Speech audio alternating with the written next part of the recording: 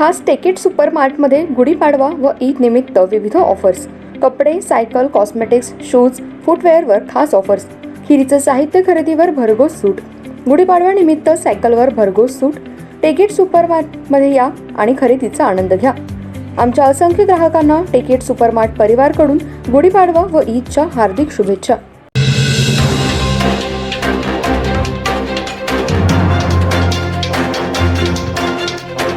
नमस्कार, मी तेजस्विनी मगदूम. एम मराठीमध्ये आपल्या सर्वांचं स्वागत आहे. पाहूया ठळक घडामोडी.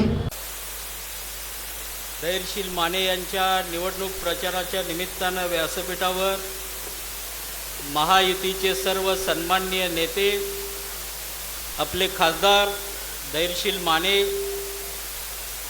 माजी नगराध्यक्ष हिंदूराव शेळके, अमृत मामा, अनीश मोहम्मद, आमचा एक अतिशय महत्त्वाच्या कार्यकर्त्याचे वडील वारल्यामुळे त्या ठिकाणी ते आत्ता या व्यासपीठावरनं गेलेत, सांगून गेलेत. त्यानंतर मंचावर उपस्थित रवींद्र माने, सगळ्यात फ्रंटला बसलेले तानाजी पवार, पुढंच आहे तानाजी, पुढं आहेत सगळ्यांना. हां, जागा तर द्या ना तानाजीला, एवढं पुढं पुढं घे.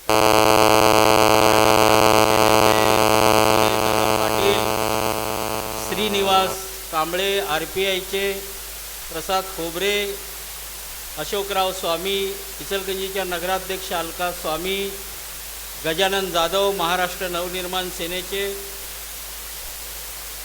राष्ट्रवादीच्या महिला आघाडीच्या माधुरी चव्हाण, श्रीकांत कांबळे, यास्मिन मुजावर, तारदाळ, शिवसेनेचे वैशाली डोंगरे, संतोष बोरे, प्रकाश पाटील, विनोद काकानी, अनिल डाळ्या, अशोकराव पाटील, शहाजी भोसले, महाराष्ट्र नवनिर्माण सेना, सर्व नगरसेवक, कार्यकर्ते, शक्ती केंद्र प्रमुख, बूथ प्रमुख आणि पत्रकार बांधवांनो,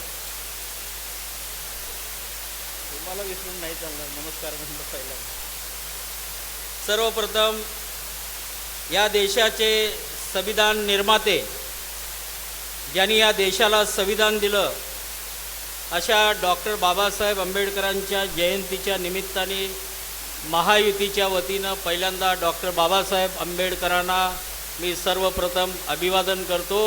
डॉक्टर बाबासाहेब आंबेडकरांचा, डॉक्टर बाबासाहेब आंबेडकरांचा, छत्रपती शिवाजी महाराज की जय श्रीराम. आवाज कमी आहे. जय जय श्रीराम. महायुतीचा हा मेळावा म्हणजे एक ट्रेलर आहे. पिक्चर उद्याला कोल्हापूरमध्ये दिसणार आहे. गांधी मैदान ओव्हरफुल. आजचा मेळावा पण ओव्हरफुलच आहे. इथं बसायला जागा नाही. आमच्या महिला भगिनी खूप मोठ्या प्रमाणात आहेत. त्यांनाही थोड्या जागा पुरुष मंडळीने जरा करून द्या, त्यांना बसायला जागा. कुणाकुणाला शक्य आहे त्यांनी करून द्या. आता हालचाल करू नका, पण त्यांना जागा द्या. खरं म्हणजे आजच डॉक्टर बाबासाहेब आंबेडकरांच्या जयंतीच्या निमित्ताने आज आपण महायुतीचा या ठिकाणी एक मेळावा बोलवलेला आहे. योगायोग देशाच्या प्रधानमंत्र्यांनी आजच NDAचा जाहीरनामा प्रकाशित केलेला आहे. सर्व देशाचा एकच नॅरेटिव्ह आहे, अब की बार. महादेव कुठं आहे? महादेव, हा बघा, 3 महिन्यापूर्वी हा 400 पारचा स्टिकर लावून फिरतोय. त्याला जाईल तिथं स्वागत होतं. हा 80 वर्षाचा माणूस आहे. गाडीला स्टिकर पहिला यांनी लावला आणि देशात नारा झाला अब की बार. आणि यावेळी 3री बार आणि यावेळी तिसरी बार मोदी सरकारने दुसऱ्यांदा खासदार धैर्यशील माने असा नारा देऊन आपण आज संविधान निर्मात्यांच्या जयंतीच्या दिवशी हा महायुतीचा मेळावा बोलवला. देशाच्या प्रधानमंत्र्याच्या विरोधामध्ये सगळे चोर, दरोडेखोर, लुटारू हे एकत्रित आलेले होते. दिल्लीच्या रामलीला मैदानावर हातामध्ये हात घालून उभारलेले होते. कुणी तर चारा खाल्लेला आहे, कुणी नॅशनल हेरॉडचे पैसे खाल्लेले आहेत, कुणी दारूची अवैध विक्री करून दिल्लीमध्ये पैसे मिळवलेले आहेत. असे सगळे लुटारू, कुणी बेलवर आहेत, निम्मे जेलमध्ये आहेत, असे सगळे दरोडेखोर एकत्रित आलेले होते. आणि ते म्हटले की अबकी बार 400 पार म्हणजे मोदी आल्यानंतर देशाचं संविधान बदलणार. असं कन्फ्यूज केलं, ज्यांच्याकडे सांगण्यासारखं काही नाही. त्यावेळेला ते कन्फ्यूज करतात. आपण सगळ्यांनी कम्युनिकेशन करायचं आहे, लक्षात ठेवा. आणि म्हणून मोदींनी डॉक्टर आंबेडकरांच्या जयंतीच्या दिवशी NDAचा जाहीरनामा आजच प्रकाशित केला. त्या मोदींचं पहिल्यांदा टाळ्या वाजून अभिनंदन करा. ज्या डॉक्टर बाबासाहेब आंबेडकरांचं संविधान 70 वर्षामध्ये काँग्रेस लागू करू शकली नाही, त्या जम्मू काश्मीरमध्ये वेगळं संविधान होतं. मोदी पंतप्रधान झाले. मोदी है तो सब कुछ मुमकिन है. आणि आंबेडकरांचं संविधान जम्मू काश्मीरला पण लागू करण्याचं काम 70 वर्षानंतर मोदींच्यामुळे झालेलं आहे. ज्या डॉक्टर बाबासाहेब आंबेडकरांना भारतरत्न हा किताब काँग्रेसवाले देऊ शकले नाहीत, ज्यावेळेला जनता दल भाजपचं सरकार दिल्लीमध्ये आलं, त्यावेळेला डॉक्टर बाबासाहेब आंबेडकरांना श्रीनिवास तुला नव्हे आंबेडकरांना, तू लगेच उठून नमस्कार करशील, भारतरत्न हा किताब देण्याचं काम या नरेंद्र मोदींच्या भारतीय जनता पार्टी आणि NDAच्या सरकारमध्ये झालेलं होतं. ज्या डॉक्टर बाबासाहेब आंबेडकरांना ज्यांनी देशाला संविधान दिलं, त्या आंबेडकरांचा भंडारा आणि मुंबईमध्ये काँग्रेसच्या नेत्यांनी पंडित नेहरूंनी प्रचार करून निवडणुकीमध्ये ज्यांचा पराभव केला, त्या काँग्रेसला डॉक्टर बाबासाहेब आंबेडकरांचं नाव घेण्याचा सुद्धा नैतिक अधिकार नाही आहे, हे आपण सगळ्यांना सांगितलं पाहिजे.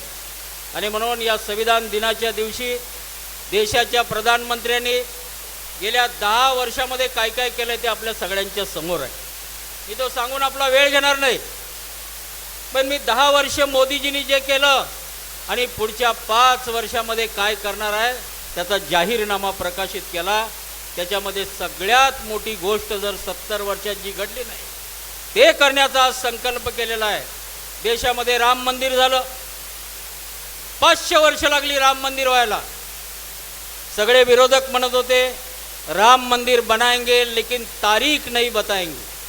मोदीजींनी तारीख सांगितली, निमंत्रण दिलं, तारीख बताया, मंदिर भी बन गया लेकिन हम दर्शन को नहीं जाएंगे.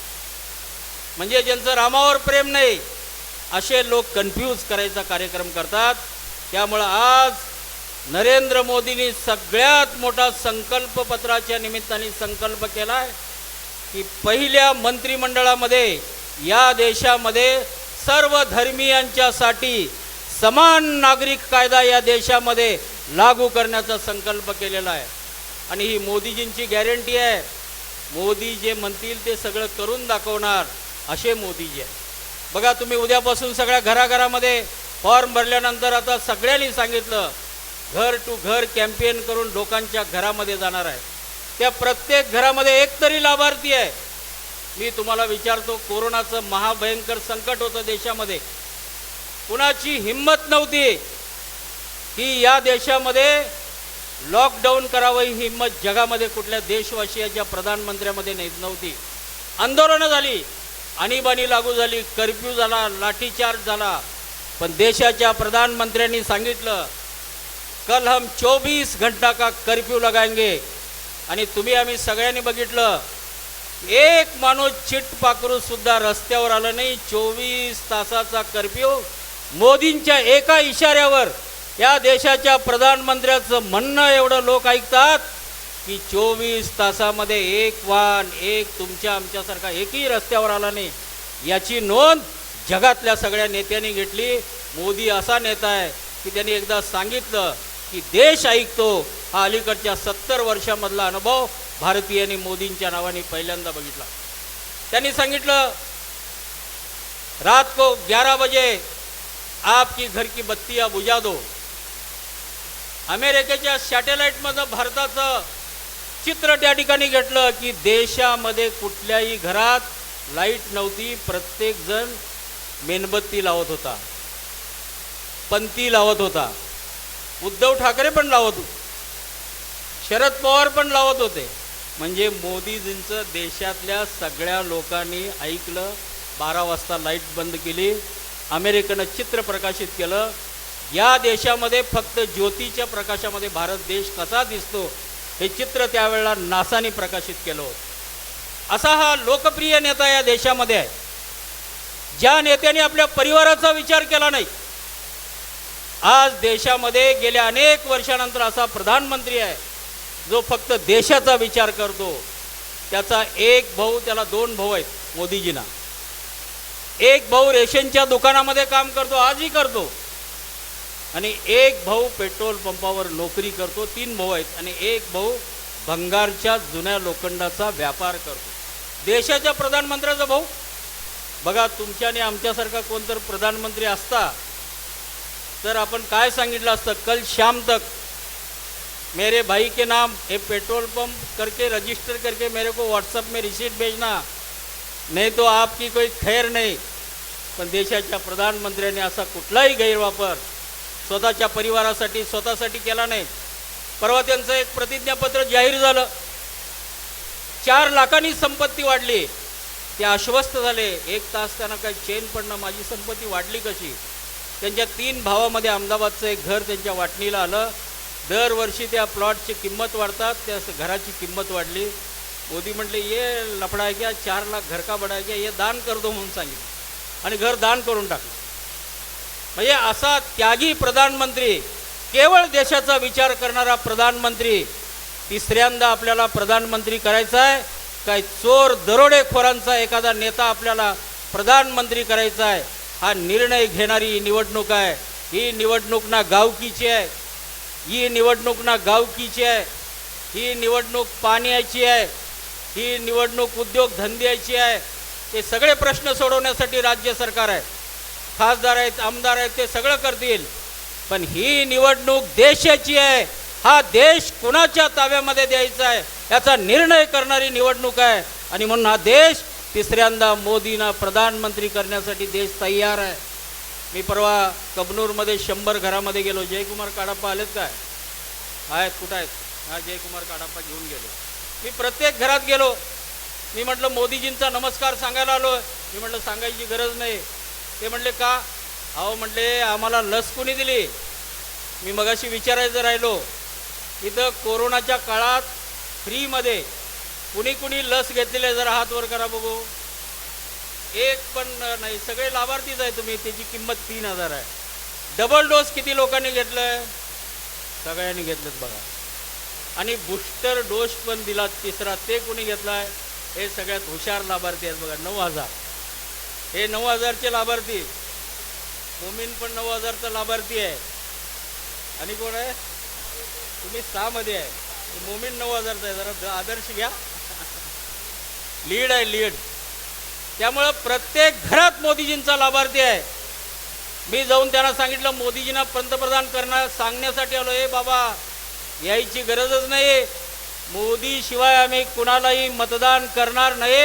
अशा 100 पैकी 100 घरातल्या लोकांनी आम्हाला त्या ठिकाणी सांगितलं. आणि या देशाच्या घराघरामध्ये तुम्ही गेल्यानंतर तुमच्या लक्षात येणार आहे मोदीजींचा लाभार्थी या घरामध्ये आहे. कुणाला पंतप्रधान योजनेतनं पैसे मिळालेत, जनधन खातं मिळालं आहे, आयुष्मान भारतचा लाभार्थी आहे. ही मोदीजींची जगातली सगळ्यात मोठी वोट बँक आहे. 80 कोटी लोकांना मोदीजींनी मोफत धान्य दिलं आहे. कुठल्याही प्रकारे विरोधक सत्तेवर येऊ शकत नाही. आएगा तो मोदी आएगा, असा सगळ्यात नारा या देशामध्ये आहे. आणि म्हणून मी आपला अधिक वेळ घेणार नाही. या निवडणुकीमध्ये पार्लमेंटमध्ये 3ऱ्यांदा ज्यावेळेला मोदीजी शपथ घेतील, टी व्ही समोर आपण असू सगळे. नरेंद्र दामोदर दास मोदी प्रधानमंत्री की शपथ लेता हो म्हणून ते पार्लमेंटमध्ये जातील. अटल बिहारी वाजपेयी पण पार्लमेंटमध्ये गेले होते. विश्वास मत प्रस्ताव दाखल करावा लागतो. एक मत कमी पडलं. एका नालायक काँग्रेसच्या खासदारांनी मुख्यमंत्री असताना चुकीचं मतदान केलं आणि देशाचे अटलजी सारखा प्रधानमंत्र्याला 1 मताने त्या पंतप्रधान पदावरनं जावं लागलं. एक एक मताची खूप मोठी किंमत आहे. आणि मग त्या पार्लमेंटमध्ये नरेंद्र मोदींना विश्वास व्यक्त करण्यासाठी खासदार धैर्यशील निवेदिता संभाजीराव माने हा त्या ठिकाणी खासदार म्हणून मत देईल. इचलकरंजीत आपल्या सगळ्यांच्या आशीर्वादाचं ते मत मोदीजींना जाईल. ते देण्यासाठी पुढचे 15 दिवस आपण जमेल तसा, हा तर ट्रेलर आहे, पिक्चर तर आपल्याला 7 तारखेला टी व्हीवर दिसणार आहे. कुणाचं कुठं कुठं कसं कसं दिवाळ निघालं आहे ते दिसेल. आणि खासदार धैर्यशील माने 1 लाख मतापेक्षा जास्त मतांनी लीडनं निवडून आले. ही बातमी आपल्याला सगळ्यांना बघायची आहे. बऱ्याच लोकांना बघायची नाही, हातच वर कोण करत नाहीत. वा वा वा, सगळ्यांना बघायची. तर यामध्ये आनंद मानण्यासाठी, कारण बातमी तर येईल आणि आपण कोणतर चहाला घरात आलो, त्याच्या संग हातात खांद्यावर फोटो गाठलो, काही भानगड नाही. ते जयंत पाटलांचं खरंच त्या रवी आहे का इथं राजपूत, हा त्यांनी सांगितलं, चांगलं सांगितलं तुम्ही. पण ते जयंत पाटील त्याच दिवशी आवाड्यांच्या घरी गेले होते चहा प्यायला, हे सांगितलं नाही. कुणाच्याही घरी कुणी आता भेटायचं नाही. कुणाला काय संबंध असतील के निवडणूक 7 जून के बाद चाय को आए खाना को भी आए, अभिनय आने. जो माणूस इमानदार आहे, या देशाचा राष्ट्रभक्त आहे, या संघटनेचा प्रमुख पदाधिकारी आहे, कार्यकर्ता आहे, सोशल मीडियाचा आता हत्याराचा वापर अशोकरावांनी सांगितलं. हे युद्ध जसं भूमीवर लढतोय आपण, तसं सोशल मीडियावर पण लढायचं आहे. आपल्या सोशल मीडियावर सुद्धा या यंत्रणेचा वापर करायचा. हा मेळावा झाला आहे, या मेळाव्याचे फोटो बघेल त्याला दिसले पाहिजे. गावामध्ये महायुतीचा मेळावा झाला आहे, हा ट्रेलर आहे.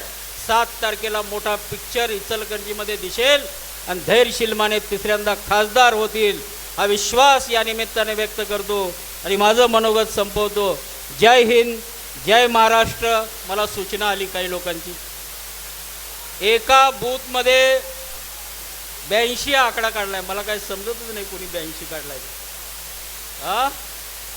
80% मतदान झालं होतं. हिंदूरावांच्या लिंबू चौकामध्ये 80% मतं झाली होती. EVM बंद पडलं 3 वेळ. हिंदूराव बरोबर आहे का शेळके साहेब? EVM बंद पडलं लिंबू चौकात. ज्या बूथमध्ये 82% मतं ज्या बूथ प्रमुखाच्या वार्डामध्ये पडतील, त्या टीमचा देवेंद्र फडणवीस मुख्यमंत्री, धैर्यशील माने खासदार यांच्या समेत मानाचा फेटा बांधून त्या ठिकाणी जाहीर सत्कार याच ठिकाणी करण्यात येईल, असं या ठिकाणी पहिल्यांदा मी तुम्हाला आश्वस्त करतो. आणि माझा विश्वास आहे की सगळे कार्यकर्ते आपला बूथ कमी पडू देणार नाहीत.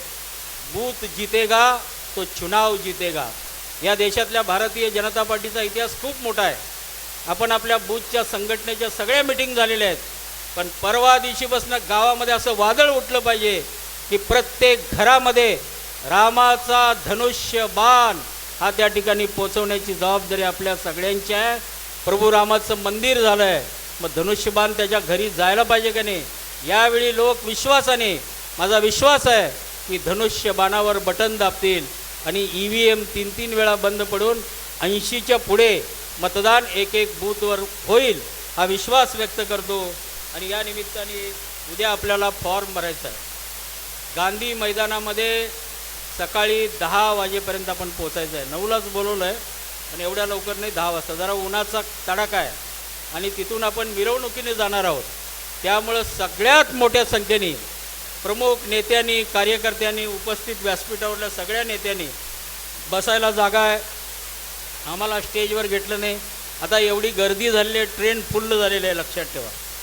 तर विठ्ठल आम्हालाच जागा मिळेल का नाही? तानाजीला तुम्ही पुढे आणलाय, त्यामुळे मला जरा ही जागा राहिली आहे का नाही असं नाही. आम्हाला तर जागा सगळ्यांना द्या. तर मिळेल की नाही मला माहिती नाही. मान सन्मान, मान अपमान या निवडणुकीमध्ये कोणाचं नाही. मोदींना प्रधानमंत्री करणं हाच मान आहे. कोल्हापूरमध्ये एक नॅरेटिव्ह चालला आहे, शाहू महाराज राहिले. कुणीतरी परवा टीका केली, लोकांनी लगेच सुरू केलं, मान हा गादीला पण मत मोदीला. मान गादीला, मत हा कोल्हापुराचा नॅरेटिव्ह आहे. इथला सुद्धा नॅरेटिव्ह असाच आहे. सगळं मान्य आहे, पण मोदींना पंतप्रधान करण्यासाठी 7 तारखेला मत कुणाला? मत कुणाला? धैर्यशील दादांना नाही, धनुष्यबाणाला. मत कुणाला? मत कुणाला? जय हिंद, जय महाराष्ट्र.